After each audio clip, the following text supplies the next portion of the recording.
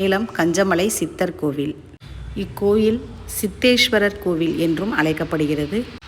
சேலம் கஞ்சமலை அடிவாரத்தில் அமைந்துள்ள சித்தர் கோவில் ஸ்ரீ சித்தேஸ்வரர் கோவில் ஆகும்.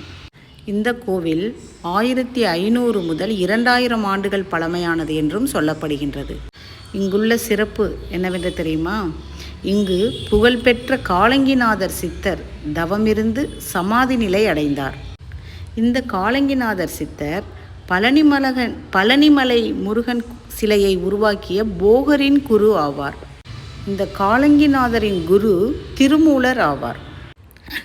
காலங்கிநாதர் மற்றும் திருமூலர் ஆகியோர் இங்கு தங்கி கஞ்சமலையில் நிறைந்திருக்கும் அரிய மூலிகைகளை ஆராய்ந்து சித்த மருத்துவ முறைகளை வளர்த்ததாகவும் தல வரலாறு கூறுகின்றது.